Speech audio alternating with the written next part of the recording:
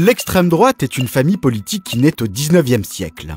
Elle s'oppose aux valeurs de liberté individuelle, de liberté de pensée et d'égalité, mises en œuvre par la philosophie des Lumières et la Révolution française. Au XIXe siècle, l'extrême droite a joué un rôle majeur, en France lors de l'affaire Dreyfus, et en Allemagne notamment, dans la montée de l'antisémitisme et du nationalisme xénophobe. Dès cette époque, l'extrême droite diffuse le mythe d'un complot des juifs et des francs-maçons pour dominer le monde. Des antisémites russes écrivent un ouvrage de fiction, faussement attribué aux juifs, pour exposer leur soi-disant plan de domination. Ce sont les protocoles des sages de Sion. Entre 1922 et 1945, l'extrême droite s'installe dans une partie de l'Europe. Mussolini en Italie en 1922, Salazar au Portugal en 1932, Hitler en Allemagne en 1933, Franco en Espagne en 1939. D'autres pays connaissent une période dite de collaboration, comme la France et le régime de Vichy, la Roumanie, la Croatie, la Hongrie ou la Norvège. Après la Seconde Guerre mondiale, les partis d'extrême droite sont discrédités par le génocide des Juifs et la terreur nazie. Une poignée de petits partis et de mouvements subsistent néanmoins.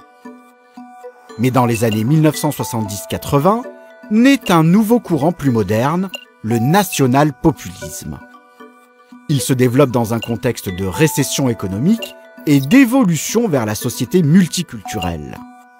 Dans les années 1980, avec la mondialisation, la cible de l'extrême droite devient l'immigré, surtout non européen. Le nationalisme, le refus de l'Union européenne et le principe discriminatoire de la priorité nationale sont communs aux partis d'extrême droite européens. Leur poids ne cesse d'augmenter et les partis d'extrême droite participent au pouvoir dès 1994 en Italie et dès 2000 en Autriche. En Norvège, au Danemark, en Finlande et en Suède, l'extrême droite participe à des gouvernements de coalition ou leur apporte leur soutien parlementaire sans participation. La crise migratoire de 2015 augmente leur hostilité à l'immigration, notamment aux demandeurs d'asile, en particulier musulmans. En Europe centrale et orientale, l'extrême droite prône une démocratie illibérale qui restreint l'indépendance des juges et des médias. Elle défend une conception de la citoyenneté basée sur l'origine ethnique et ou religieuse.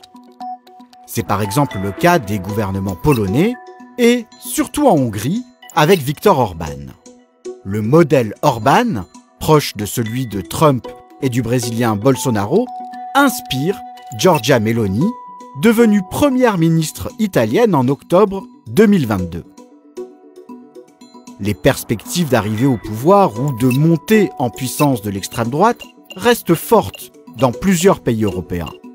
L'extrême droite la plus radicale est en outre de plus en plus tentée par l'action violente, voire terroriste.